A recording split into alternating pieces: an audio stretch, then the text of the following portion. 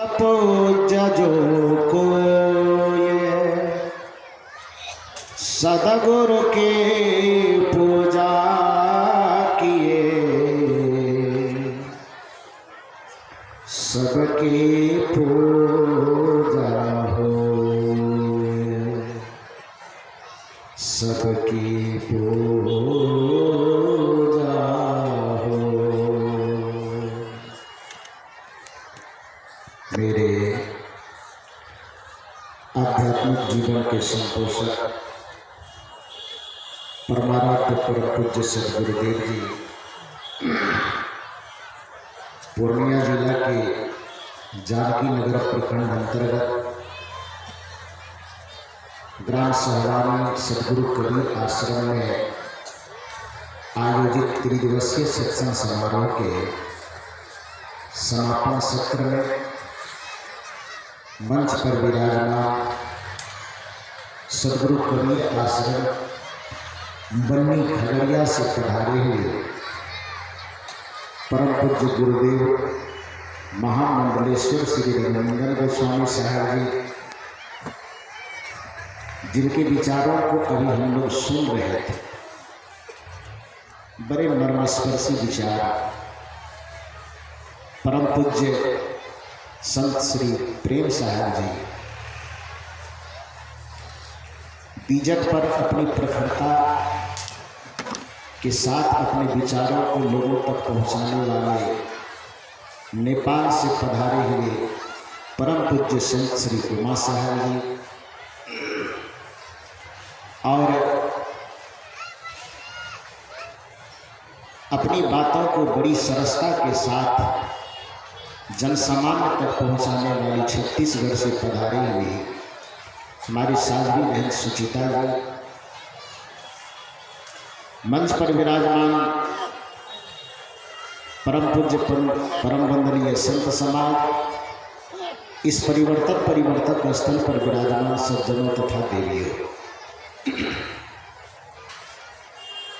यह इस कार्यक्रम का अंतिम बेला है, अंतिम सत्र है।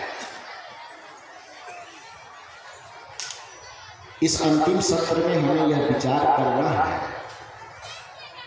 कि मनुष्य जीवन का अंतिम लक्ष्य क्या है। क्योंकि जब हमारी यात्रा होती है और यात्रा से पहले हमारा लक्ष्य निर्धारित होता है, तब वो यात्रा सार्थक होती है। बिना लक्ष्य की यात्रा भटकाव होता है। परम पूज्य सदगुरु आचार्य श्री धर्मस्वरूप साहब जी एक बात कहा करते थे कि एक आदमी रास्ते से दौड़े चला जा रहा है, इतनी तेजी से दौड़ता है कि उसको कोई रोकना चाहे तो रुकता नहीं। एक आदमी मिला, उसको कहा रुको, उन्होंने कहा बहुत इमरजेंसी काम है, रुक नहीं सकते, बड़ी जल्दी में। उसने कहा 2 मिनट 2 सेकेंड तो रुक जा। उन्होंने कहा नहीं, उनको बहुत इमरजेंसी काम है, दौड़ते जा रहा। उसने डपट करके कहा कि रुको तो पहले ये बताओ कि इतनी तेजी से भागे जा रहे, कहाँ जा रहे हैं। यह सवाल जैसे ही किया तो आदमी अपने आप रुक गया, माथा नोचने लगा। क्यों माथा नोचने लगा?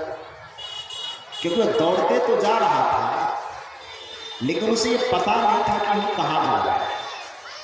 हिंदी जगत के एक मूर्धन्य विद्वान हरिवंश राय बच्चन है, जो अभी फिल्म जगत के अभिनेता है अमिताभ बच्चन, उनके पिता हरिवंश राय बच्चन। उन्होंने साहित्य जगत में एक बड़ा सुंदर लेख लिखा, पूर्व चलने की बटोही बाट की पहचान कर। बाट की पहचान कविता के शीर्षक का नाम।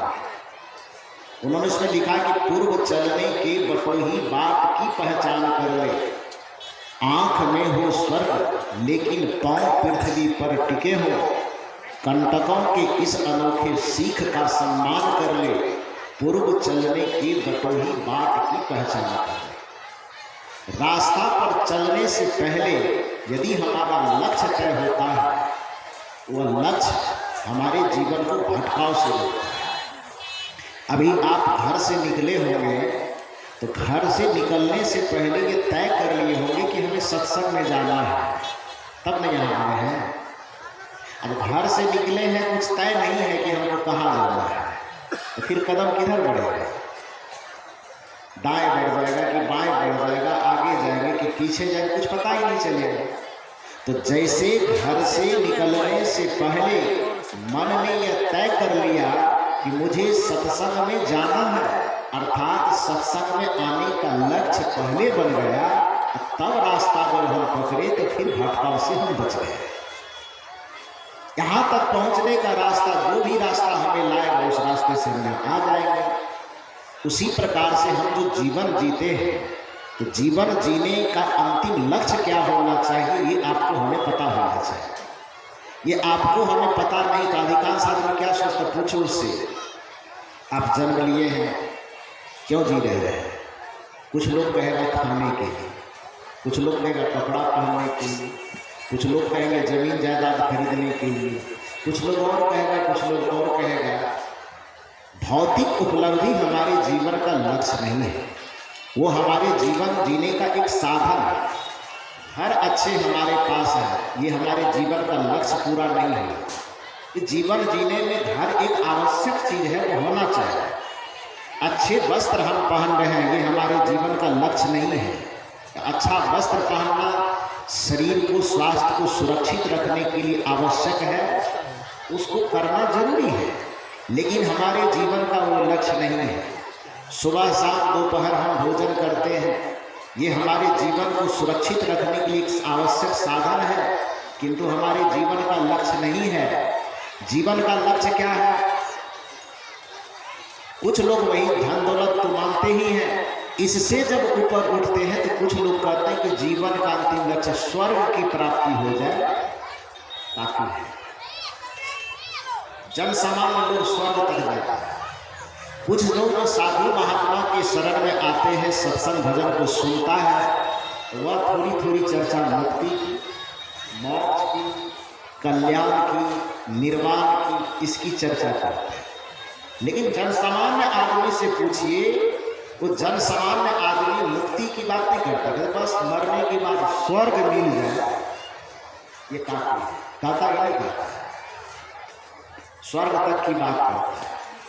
अब जीवन में सत्संग सुने, कुछ करे, पंडित जी से मरने के बाद अपने पंडित जी से पिता का श्राद्ध करवाता है, कौन चीज के लिए? स्वर्ग पाने के लिए ना है, कि पिताजी को स्वर्ग में भेजे। गया में साल में एक बार जाकर के पिंडदान करता है, कौन सी के लिए? स्वर्ग में पिताजी बैठे हुए होंगे, यहाँ कुछ खिलाएंगे पिलाएंगे तो वहाँ पर उनके पेट में चल जाएगा। यही चीज लेकर स्वर्ग की कामना, ये हमारे सनातन परंपरा का अंग नहीं है। कबीर साहब ने या दुनिया के जितने भी, भारतवर्ष के कम से कम जितने भी आध्यात्मिक संत हुए, उन्होंने स्वर्ग वगैरह को कुछ नहीं माना, ये बच्चों का खिलौना है। और पहली बात है कि स्वर्ग का कॉन्सेप्ट हमारे सनातन परंपरा का नहीं। कबीर, बुद्ध, महावीर की तो बात छोड़ ही दीजिए, जो पंडितों के द्वारा ही सनातन परंपरा की परिकल्पना की गई है, उस सनातन परंपरा की परिकल्पना में स्वर्ग की कहीं कोई गुंजाइश नहीं है। चारों वेद के अंदर, 6 शास्त्र के अंदर, 11 उपनिषद के अंदर स्वर्ग की कहीं कोई धारणा नहीं है। स्वर्ग की धारणा पुराणों में आई है, जिसको बाद में पंडितों ने अपनी मनमानी व्याख्या करने के लिए कुछ कथा कहानी लिखा होगा, उसमें स्वर्ग की चर्चा है। लेकिन जो सनातन परंपरा का रीढ़ माना जाता है, 4 वेद, 6 शास्त्र, 11 उपनिषद, वेदों में, शास्त्रों में, उपनिषदों में स्वर्ग की कहीं कोई धारणा नहीं है। सनातन परंपरा जिस स्वर्ग की चर्चा लोग करते हैं, उस स्वर्ग से कोसों आगे बढ़ करके मुक्ति, मोक्ष और निर्वाण की बात करते हैं। स्वर्ग वह जगह है जिस जगह पर आदमी अपने पुण्य प्रताप के बल से जो सुख को भोगता है, उसी को स्वर्ग कहा जाता है। स्वर्ग जाना आजकल तो इतना सस्ता है कि आदमी तो पंडित जी से जो करवाता है वो तो करवाता ही है, लेकिन मुख्य बात है कि आदमी जैसे शरीर छोड़ता है कार्ड छपवाने के लिए हम यहाँ से जानकी नगर पूर्णिया कहीं जाते हैं तो कार्ड वाला पहले से फरमा बना करके रखा ही नहीं, और उसको बताया जाता है कि मेरे पिताजी का माताजी का शरीर छूट गया है, कार्ड छाप दीजिए।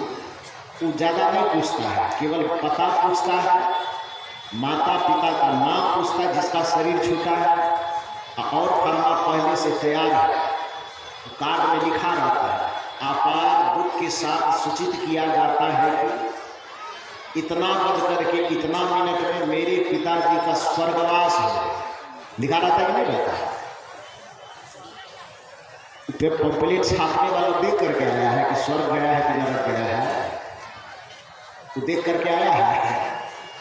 लिख कैसे दिया कि स्वर्ग में वास हो गया? बस एक धारणा बनी हुई है कि स्वर्ग में आदमी के जीवन के अंतिम क्षण में स्वर्ग में वास हो जाना ये बहुत बड़ी उपलब्धि है। लेकिन संतों के दृष्टिकोण में ये स्वर्ग कोई बहुत बड़ी उपलब्धि नहीं है। हम जो भक्ति करते हैं, हम जो ध्यान करते हैं, हम जो साधना करते हैं, उस ध्यान साधना सत्संग गुरु भक्ति के परिणाम में स्वर्ग की कामना नहीं की जाती है, मुक्ति की कामना की जाती है, मोक्ष की कामना की जाती है। पहली बात तो मैं ये बता दूं कि मैंने कहा कि संतों की बात को छोड़िए, सनातन परंपरा के हिस्से में स्वर्ग की कहीं कोई चर्चा नहीं। स्वर्ग के लिए पंडितों के जाल में आप और हम फंसे रहते हैं। और कबीर साहब जैसे महामानव यदि मना करते तो कहते धत करी कबीर पंथी में कुछ मानवे तो नहीं, श्राद्ध करवे नहीं करे स्वर्ग का नाम है। सनातन परंपरा की मान्यता नहीं। पूरे मानवीय संस्कृति को यदि थोड़ा डीप में गहराई में जाकर के इस पर विचार कीजिए, पूरे मानवीय संस्कृति को दो हिस्से में बांटा गया है।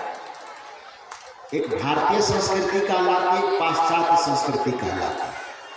भारतीय संस्कृति के दर्शन को भारतीय दर्शन कहा जाता है, और पाश्चात्य संस्कृति के दर्शन को पाश्चात्य दर्शन कहा जाता है। उसको दो परंपरा में बांटा। पाश्चात्य दर्शन को सामी परंपरा कहा जाता है, संस्कृति को, पाश्चात्य संस्कृति को सामी परंपरा। और इधर भारत के जितने हैं जैन, बौद्ध, हिंदू, सिख वगैरह वगैरह इधर जितना है, इसमें कबीरपंथी, रामानंदी, संतमत वगैरह वगैरह जितना है सबको गिन लीजिए। मुख्य रूप से हिंदू, बौद्ध, जैन, सिख, ये सभी लोग मिला करके इनकी संस्कृति आर्य संस्कृति कहलाती है। अब तीन, ईसाई, इस्लाम और यहूदी, ये तीन मिला करके सामी परंपरा कहलाती है। ध्यान से मेरी बात को सुनिए। तीन ठो को गिनिए, यहूदी, ईसाई और इस्लाम। ये तीनों को मिला करके ये तीनों की परंपरा को सामी परंपरा कहा जाता है, दर्शन शास्त्र की भाषा है। और इधर तीन के अलावा इधर जितना बचा, जैन, बौद्ध, हिंदू, सिख, ये सब मिला करके क्या कहलाते हैं? आर्य परंपरा। आर्य परंपरा और सामी परंपरा ये मुख्य दो परंपरा पूरे विश्व में। इन दोनों परंपराओं में स्वर्ग की परिकल्पना, सामी परंपरा की कल्पना, सामी परंपरा की धारणा स्वर्ग तक जाकर के सीमित हो जाती है।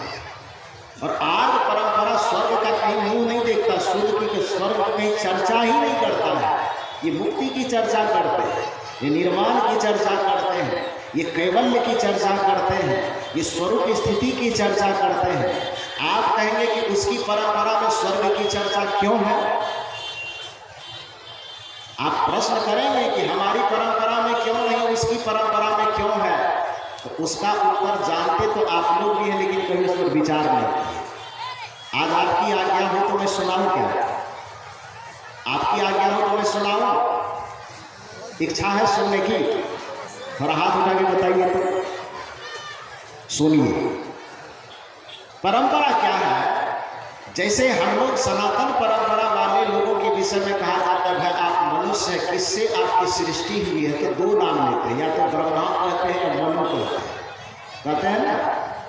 उसी तरह से सामी परंपरा वाले जो है, ईसाई, इस्लाम और यहूदी, तीनों एक ही खानदान के। पहले यहूदी था, यहूदी के ही परंपरा में जब जन्म हुआ उसमें थोड़ी सी साधना बढ़ी, समाज सेवा किया, आगे तरक्की हुई, तो उसी से एक परंपरा चल पड़ी ईसाई, और उसी ईसाई की परंपरा में आगे चल करके आज से 1400 वर्ष कुछ वर्ष पहले जब हजरत मोहम्मद साहब आए, फिर उसका भी वर्चस्व बढ़ता गया, उसकी भी शिष्य शाखा बढ़ते चले गए, तो उसी जगह से इस्लाम फूट गया। लेकिन मूल चीज़ क्या है? यहूदी से निकला इस्लाम, इस्लाम यहूदी से निकला ईसाई, और ईसाई से निकला इस्लाम। तीनों का मूल चीज क्या है? एक ही है। तो इन लोगों की जो धारणा है सृष्टि में आने का, संसार में आने का धारणा क्या है? उनसे पूछिए कि आप संसार में कैसे? हम लोग क्या कहते हैं हिंदू धर्म में, कहता ब्रह्मा से हमारी सृष्टि हुई है। कुछ लोग कहते हैं मनु से हमारी सृष्टि हुई है। लेकिन इन तीनों परंपरा में, सामी परंपरा में मनुष्य होने की सृष्टि का क्या आधार है? वो कहते हैं कि एक बार हमारे खुदा, हमारे भगवान स्वर्ग में निवास कर रहे थे। कथा यहीं से शुरू होती है, ध्यान से सुनिए। वो क्या कहते हैं सामी परंपरा वाले कि एक दिन की बात है, हमारे खुदा, हमारे भगवान स्वर्ग में निवास कर रहे थे। अचानक उसके मन में इच्छा जगी कि हमें सृष्टि का विस्तार करना है। तो उन्होंने क्या किया? अपने जंघे की पसली को निकाला। पसली समझते हैं ना, हड्डी जो है।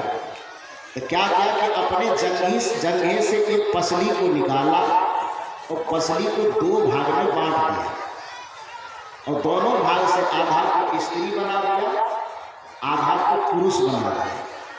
स्त्री और पुरुष, जो पहला स्त्री और पुरुष जो बना, उसमें पुरुष का नाम रखा आदम और स्त्री का नाम रखा हव्वा।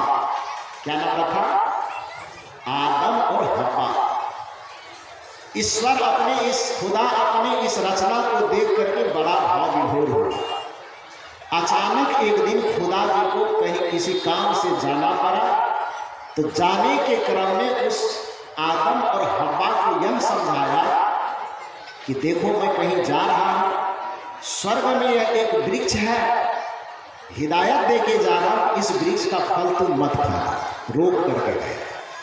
ये आप लोगों का अनुभव होगा, बच्चे वाले लोग हैं आप लोग, तो बच्चे को जिस चीज के लिए आप मना करते हैं कि ये काम नहीं करना है, वो बच्चा को सोच करके वही काम करता है कि नहीं करता है? जिस चीज से उसे रोका जाता है, बचपन का पता नहीं ऐसे क्या चंचलता होता है, ऐसा क्या स्वभाव होता है कि जिस चीज के लिए उन्हें मना किया जाता है, जिस चीज के लिए रोका जाता है, वही काम किया जाता है। तो उनकी परंपरा में बात कही जाती कि आदम और हवा को खुदा ने स्वर्ग में मना किया कि इस वृक्ष के फल को तुम लोग नहीं खाना, और वो चले गए। कुछ दिन के बाद जब लौट करके आते हैं तो उन्होंने देखा कि उस वृक्ष के फल को कोई खाया।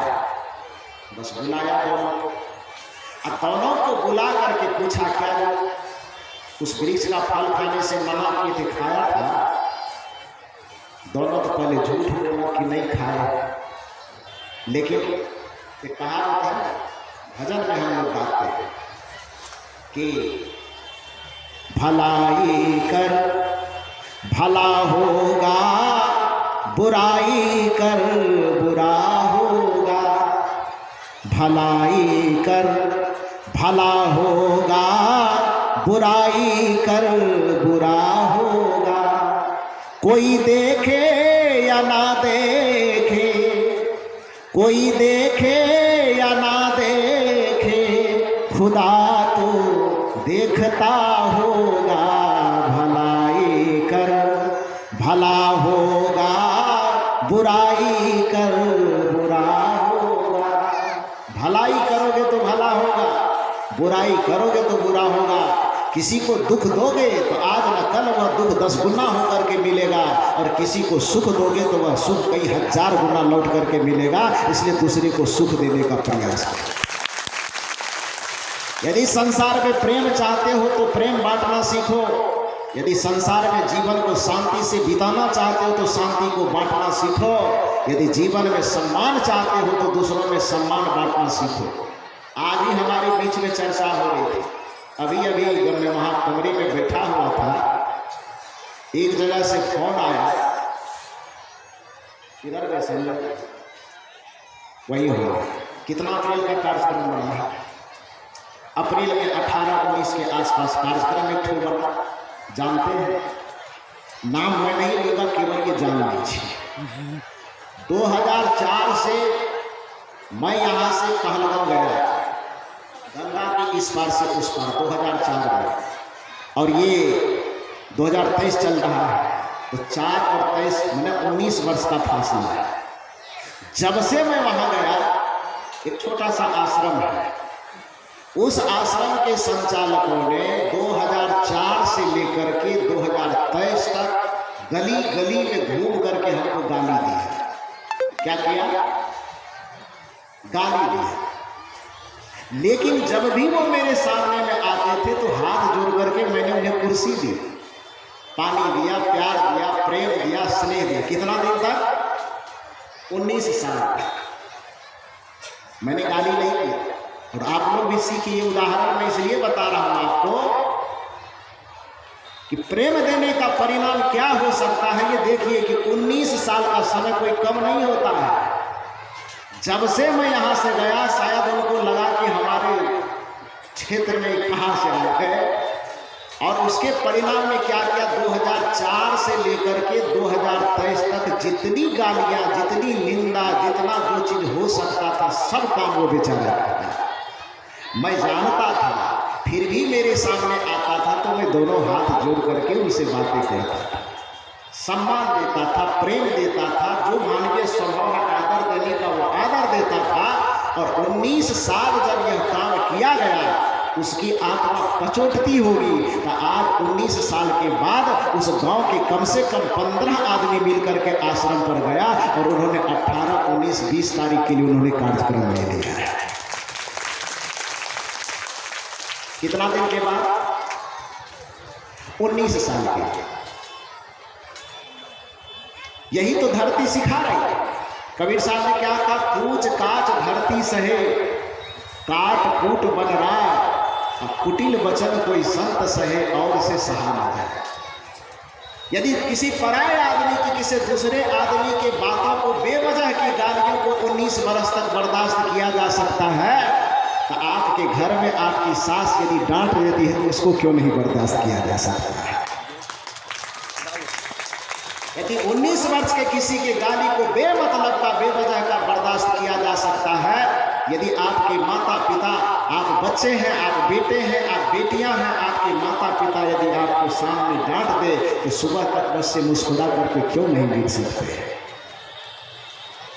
यदि आपकी सास कुछ कह दे तो बहू को समझना चाहिए कि सास है, थोड़ी डांट दिया, हवा में उड़ा देना चाहिए।